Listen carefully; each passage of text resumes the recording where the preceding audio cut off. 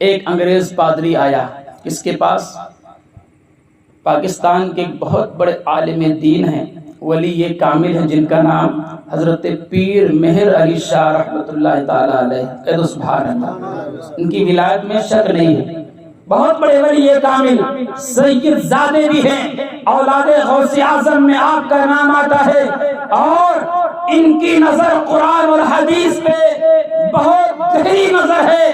ان کی بارگاہ میں ایک انگریز پادری آیا اور آ کر کے سوال کرنا شروع کر دیا، اے پیر مہر علی شاہ، آپ امام حسین کا ذکر کرتے ہیں، امام حسین کا نام بار بار لیتے ہیں، اور آپ کا دعویٰ ہے کہ قرآن پاک میں ہر چیز کا بیان ہے، ہر چیز قرآن پاک میں موجود ہے، لیکن آپ حضرات جتنا امام حسین کا نام لیتے ہیں، بہت زیادہ تعریف کرتے ہیں، بار بار نام لیتے ہیں۔ انگریز نے کہا کہ اے پیر مہر علی شاہ، ہم نے شروع سے لے کر کے آخر تک پورا قرآن پڑھا، لیکن کہیں بھی امام حسین کا نام نظر نہیں آیا، کہیں بھی امام حسین کا نام مجھے دکھائی نہیں دیا۔ حضرت پیر مہر علی شاہ نے فرمایا کہ بیٹھ یہاں پہ، اور جو میں تجھ سے بول رہا ہوں وہ تجھے کرنا پڑے گا۔ آپ نے فرمایا بتا، آپ نے فرمایا بتا، کیا تو نے قرآن پڑھا ہے؟ اس نے کہا کہ میں نے پڑھا ہے۔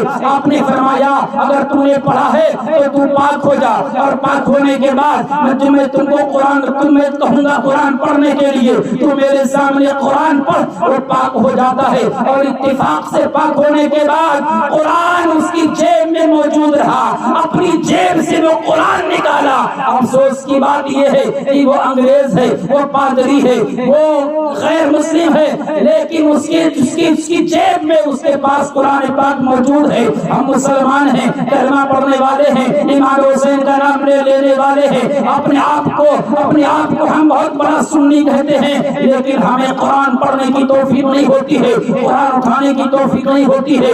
سال ہر سال گزر جاتا ہے، قرآن پاک لائبریری کے اندر صرف سجانے کے لیے، خوبصورتی کے لیے رکھ دیتے ہیں۔ اے مسلمانوں، قرآن پاک اگر لائبریری کے اندر آپ کے موجود ہے، اگر الماری کے اندر موجود ہے، تو آپ وضو کر کے اس قرآن کو اٹھاؤ، قرآن پاک کو پڑھو۔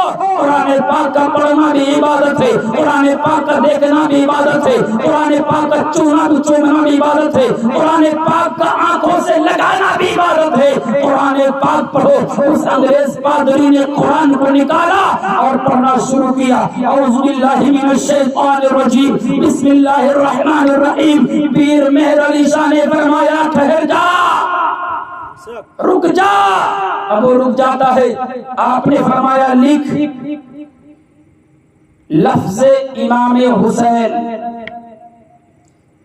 کے عدد 210، اس نے لکھا 210۔ آپ نے فرمایا لکھ امام حسین کی پیدائش 4 ہجری، اس نے لکھا 4 ہجری۔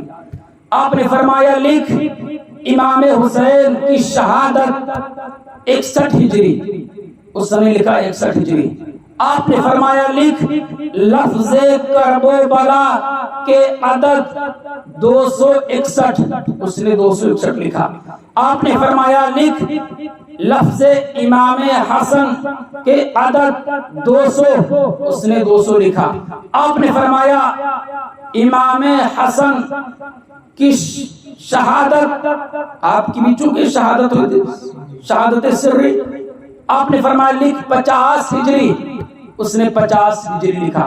اب کیلکولیٹر کیا گیا، جوڑا گیا تو ٹوٹل ہوا 786۔ اور یہ بسم اللہ شریف جو ہے، اس کے اعداد جو ہیں، علم العداد جو جانتے ہیں ان سے آپ معلوم کریے، بسم اللہ شریف یہ علم العداد میں 786 ہے، 786۔ اب آپ فرماتے ہیں اے انگریز، ابھی تو بسم اللہ ہی پڑھا ہے، اور یہ بسم اللہ شریف جو ہے قرآن کی ایک آیت ہے، قرآن کی ایک آیت کے اندر امام حسین کا نام بھی موجود ہے، امام حسین کی پیدائش بھی موجود ہے، امام حسین کی شہادت بھی موجود ہے، اور شہادت ہی نہیں بلکہ امام حسین جہاں شہید ہونے والے ہیں کربلا وہ بھی موجود ہے، اور امام حسین کا نام ہی نہیں بلکہ ان کے بھائی کا نام بھی موجود ہے اور آپ کی شہادت بھی موجود ہے. سبحان اللہ ماشاءاللہ. شہادت بھی موجود ہے. اب استاد زمن کی زبان میں سنو. بے ادب گستاخ فرقے کو سنا دے حسن یوں کہا کرتے ہیں سنی داستان اہل بیت. اس سے پتا چلا کہ اسی آیت کریمہ بسم اللہ میں اسی ایک آیت سے امام حسن اور حسین کے امام ہونے کا ثبوت ملتا ہے. امام حسن حسین کے امام ہونے کا. اگر کوئی حسن حسین کے امام ہونے پر اعتراض کرے تو یہ جو میں نے بیان کیا ہے آپ کہہ دینا کہ ان کا جو امام ہونا ہے بسم اللہ سے ثابت ہے. بسم اللہ سے ثابت ہے. جیسے آپ نے یہ بیان کیا وہ انگریز پادری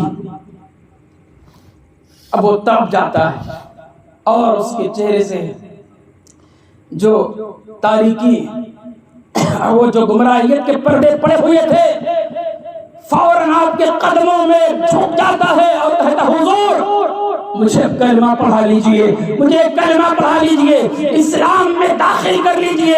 ارے جب بسم اللہ قرآن کی ایک آیت میں جب امام حسین کا نام بھی موجود ہے, ان کی شہادت بھی موجود ہے, ساری چیز موجود ہے, تو اور اگر قرآن کی آیت پڑھیں گے تو کئی آیتوں میں ان کا نام موجود ہوگا, ان کا نام موجود ہوگا. وہ کلمہ پڑھ کر کے مسلمان ہو جاتا ہے. نگاہ بڑی میں وہ تاثیر دیکھی بدلتی ہزاروں کی تقدیر دیکھی. سبحان اللہ. نعرے تکبیر, نعرے رسالت, مسلک اعلی حضرت علماء اہل سنت, نعرے تکبیر, نعرے رسالت. دیکھی نگاہ ولی میں وہ تاثیر دیکھی بدلتی ہزاروں کی تقدیر دیکھی. یہ امام حسن حسین, ان سے محبت کرو, سچی پکی محبت کرو. علامہ ابن جوزی ایک روایت نقل فرماتے ہیں, عمر ابن لیث بہت بڑے